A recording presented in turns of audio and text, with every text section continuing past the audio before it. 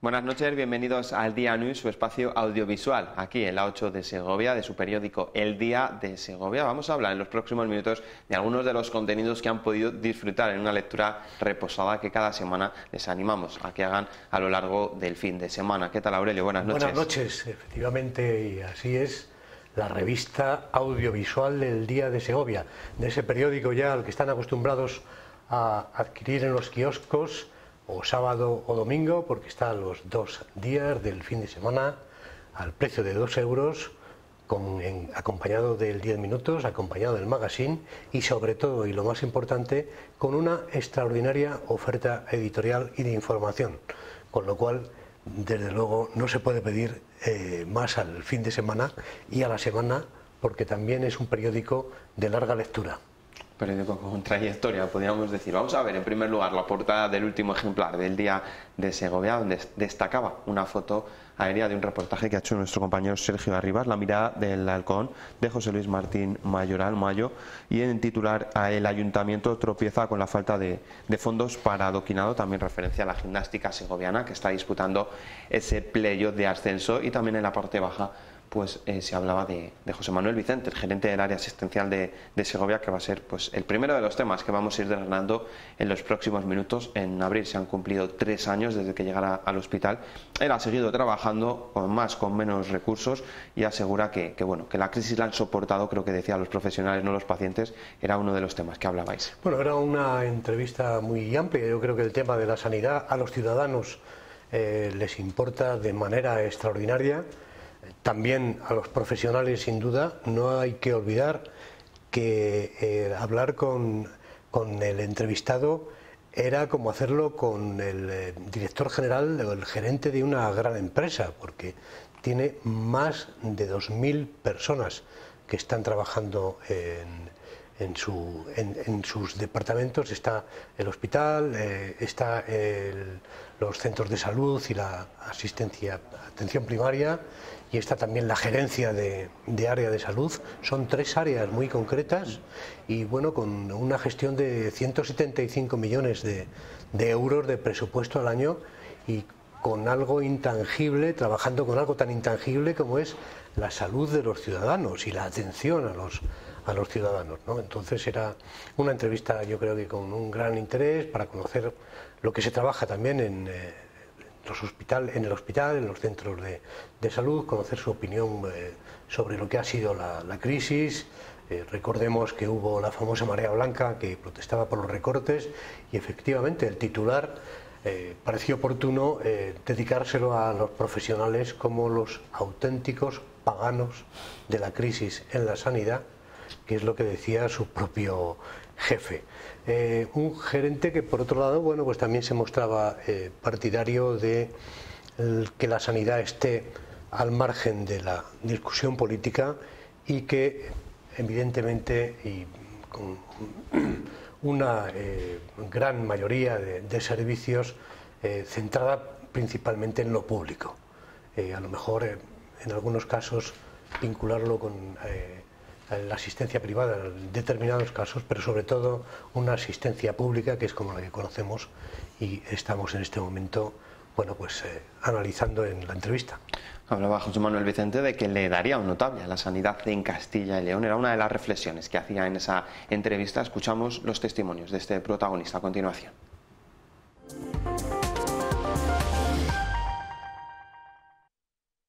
¿Qué es lo mejor para los pacientes? No cuál es el problema mediático, sino qué es mejor para los pacientes. Yo no tengo ninguna duda, es decir, si yo tengo alguna vez algún problema serio y la patología tumoral es un problema serio, querría que me atendieran profesionales con alto nivel de cualificación, los que mejor supieran hacerlo, porque eso está demostrado ya en la literatura. Quien tiene los mejores resultados son los profesionales que manejan más números de casos y que se cualifican. De todas formas, a estas preguntas yo creo que quien tiene que responder son los expertos, y los expertos ya han respondido en la idea de no atomizar la asistencia. Y además de eso hay otro factor, que es pura gestión. Es el último, desde luego en esta ecuación es el último factor, pero también es muy importante. Es decir, tenemos primero que detectar la necesidad, después ver cómo damos respuesta a esa necesidad, que es de lo que estamos hablando, de qué hacemos. La necesidad está detectada, ¿qué hacemos? Y luego cómo nos organizamos. Y desde el punto de vista organizativo hay algunas complicaciones. Yo creo que aquí además hay otros factores añadidos, y el primero de ellos es que una parte muy importante de los trabajadores de esta empresa tienen un alto nivel de cualificación, y eso no pasa en todas las empresas. La estructura habitual de una empresa es de una fuerza laboral importante y unas élites más o menos grandes que se encargan de dirigir la empresa, de tomar decisiones. Aquí esas tareas están muy repartidas, las decisiones las toman muchas personas y además esas personas tienen muy alto nivel de cualificación. Creo que en cuanto a número de efectivos, el número es adecuado. La pregunta es si esos efectivos están adecuadamente distribuidos, y eso tiene que ver con cosas que yo creo que tienen mucho calado. Tienen que ver con el modelo asistencial. Estamos en un momento de cambio de modelo asistencial. La sanidad se ha estructurado desde hace mucho tiempo se ha estructurado y se ha organizado para hacer frente a patologías agudas.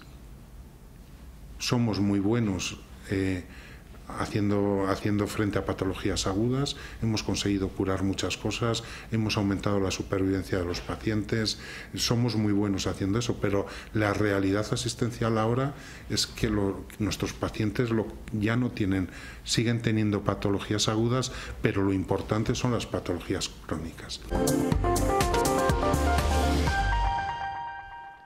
Cambiamos de tema, ya hablamos también de otro de los reportajes que podían disfrutar. En el Día de Segovia, la foto de portada, esa mirada del halcón, esas fotografías aéreas que eran la nota, podríamos decir, curiosa y llamativa en ese reportaje de nuestro compañero Sergio Arribas. Vamos a ver también ese reportaje en las páginas del Día de Segovia este pasado fin de semana, y es que el tema de los vuelos aerostáticos, globos, drones, pues ofrecen imágenes espectaculares. Bueno, la verdad es que aquí yo, conociendo un poco la navegación aérea, este es sin duda el modo de volar más arriesgado que yo conozco, y desde luego Mayoral Mayo, como se hace llamar por los amigos, tiene un extraordinario mérito lo que hace. Yo le recomendaría, aunque tiene mucha experiencia y se le ve, yo le recomendaría que tuviera mucha prudencia. Él lo demuestra porque mide la velocidad del viento, la dirección del viento a la hora de salir,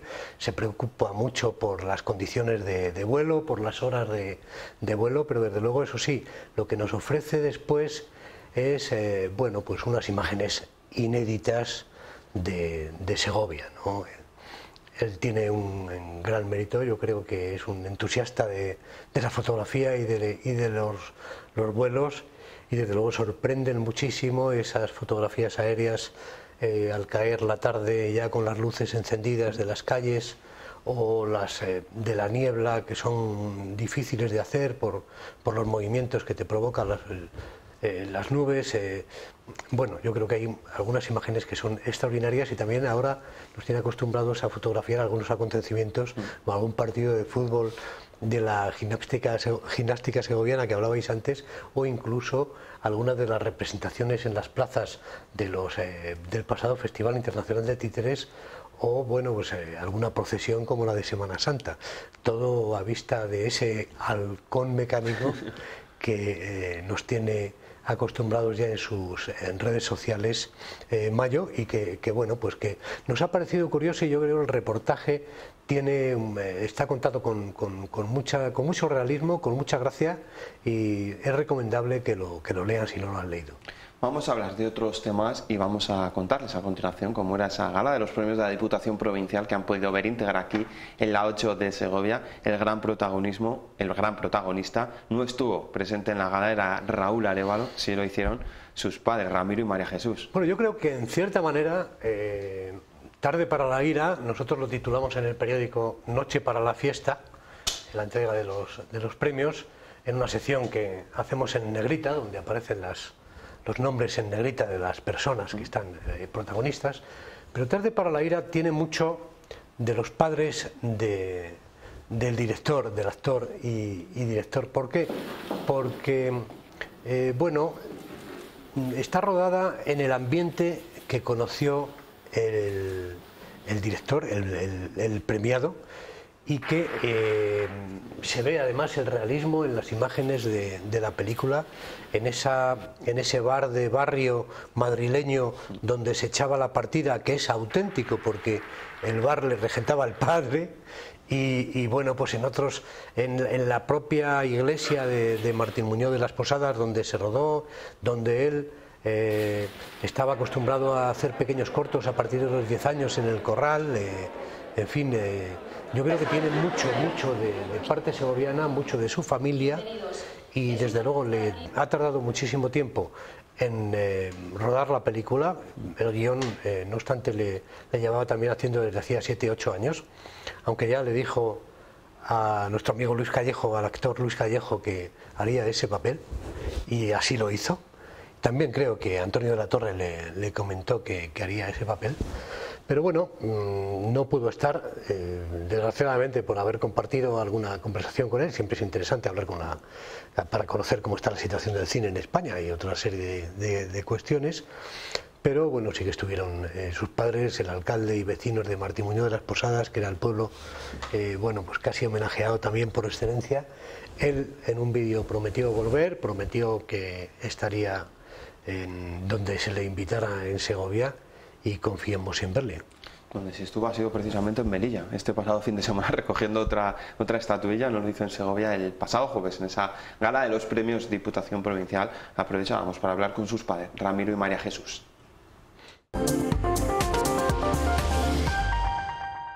Él me ha transmitido que dé muchas gracias, que dé gracias en su nombre a todos y nada, pues qué mensaje va a dar, que le dé un abrazo. Mucho porque está rodando con Peter, con el de Juego de Tronos, y esa gente viene y no ruedan 20 horas, ruedan 40 minutos.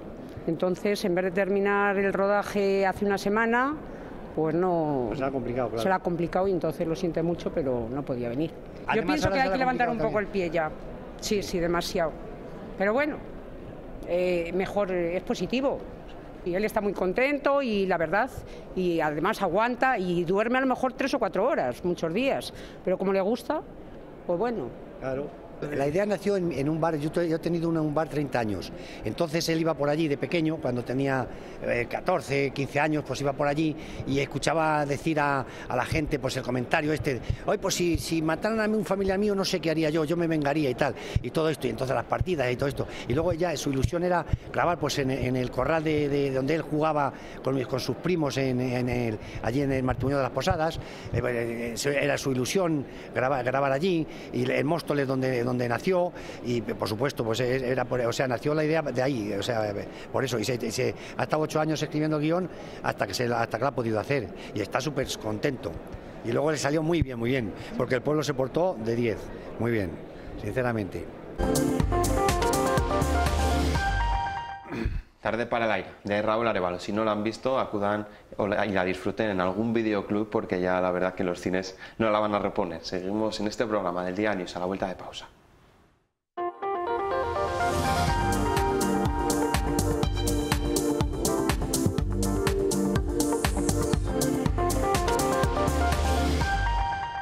Seguimos con este programa del Día News en esta segunda parte, y vamos a girar hacia la provincia, y en primer lugar nos vamos a ir hasta Collado Hermoso para conocer un bien patrimonial que además ha recibido un premio de conservación hace unos días. Bueno, allí nos encontramos y está perfectamente recuperado y consolidado en lo que quedaba, porque era una ruina total, con ese monasterio cisterciense de los siglos XIII al XIV, en plena transición entre el románico y el gótico, la iglesia de Santa María de la Sierra, el monasterio de Santa María de la Sierra, en Collado Hermoso, donde bueno, llegó este matrimonio, lo compró, y la protagonista de la entrevista que ahora veremos y quien ha impulsado todo el proyecto, pues había estado dando clases de textiles a través de la UNED,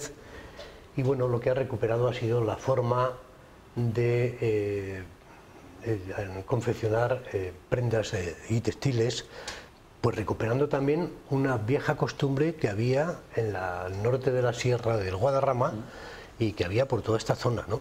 Ahí hemos visto, por ejemplo, una huerta especial de plantas dedicadas a los tintes naturales, ¿no?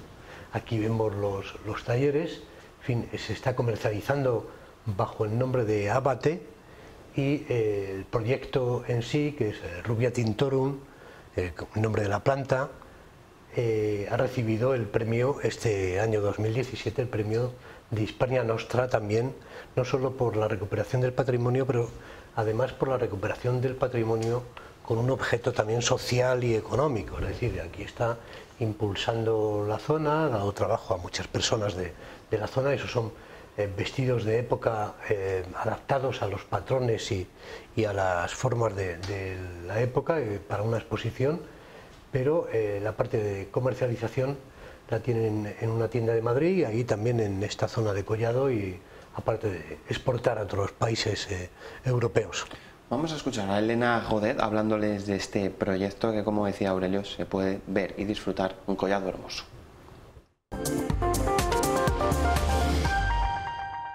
El proyecto tiene como dos aspectos que son complementarios.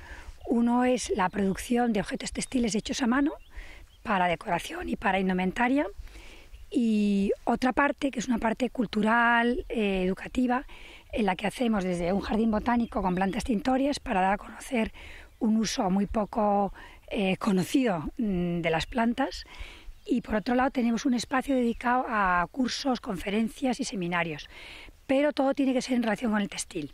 O sea, aquí no se puede dar un curso de inglés, por ejemplo, sino tiene que tener algún nexo con el textil. Acabamos de tener un curso de cestería, y eso sí, porque claro, en realidad la cestería es el primer textil que utilizó el hombre, ¿no? Fundamentalmente lo que sí hemos visto es que tenían también telares, y creemos que justamente donde tenemos el jardín botánico, probablemente ahí fuera el lugar donde estaba el huerto del monasterio.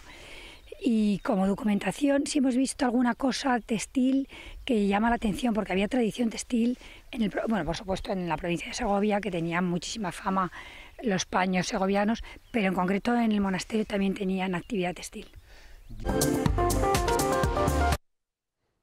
Ya saben que en el Día de Segovia cada semana también dedicamos una página a edades del hombre, una atención cuidada, reportajes reposados, y conocemos cada semana 3 piezas, y en esta ocasión hemos querido descubrir, gracias a nuestra compañera Cristina Sancho, pues 3 piezas. Por ejemplo, un Abraham dormido, una pieza que estuvo en Soria en 2009 y paisaje interior, y está estos días en Cuéllar en 2017. Es una pieza que pueden ver en la iglesia de San Andrés, como también lo pueden hacer esa obra que están viendo, el profeta Moisés, de inspiración burgalesa, en la sede del capítulo 2, infigura también una obra de Felipe Bigarni que ha llegado hasta Cuéllar, una madera policromada del siglo XVI. Ahí se veían esas tablas, en esa imagen preciosa que forma parte de Reconciliaré, como también lo hace la Virgen de la Esperanza, que es admirada por los fieles gallegos, ya que es una pieza que ha llegado desde la nave central de la iglesia de Santiago, en la localidad orensana de Allarit. Precisamente de esta pieza de la Virgen de la Esperanza hablaba en ese pase de prensa que tenía lugar al inicio de la exposición, casi justo hace un mes, el comisario de la muestra, Miguel Ángel Barbado.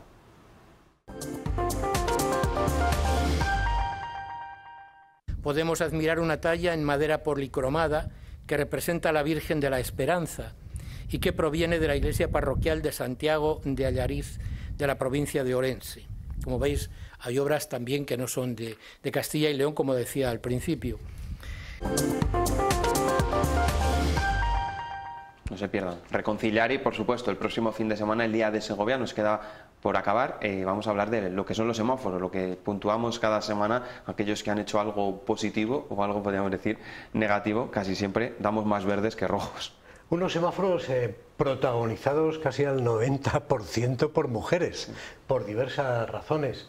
2 autoras de libros, una investigadora musical, una atleta. En el semáforo naranja, la presidenta de la Comunidad de Madrid, investigada por la UCO, y en el semáforo rojo, un hombre, un exconseller de la Generalitat, que declaraba la guerra, eso sí, entiéndase política, al resto del Estado español. Eso era antes incluso de haber conocido cuáles son los proyectos o cómo son ya escritos y planteados los proyectos de Cataluña respecto a su independencia y su referéndum. Eran los semáforos, las puntuaciones que damos cada semana a los que han sido protagonistas de los últimos 7 días. Nos hemos quedado sin tiempo, nos vemos la próxima semana. Así es, y recuerden que todos los sábados y domingos en el kiosco tienen el Día de Segovia con una extraordinaria oferta editorial. Solo 2 euros, solo 2 días lo pueden disfrutar, lo pueden comprar, disfrutar, lo pueden hacer a lo largo de la semana. Y 2 también es el número de suplementos que se van a llevar los que adquieran el Día de Segovia el próximo fin de semana en los kioscos. Ya saben que donde haya una buena historia, allí estará el Día de Segovia para contarla.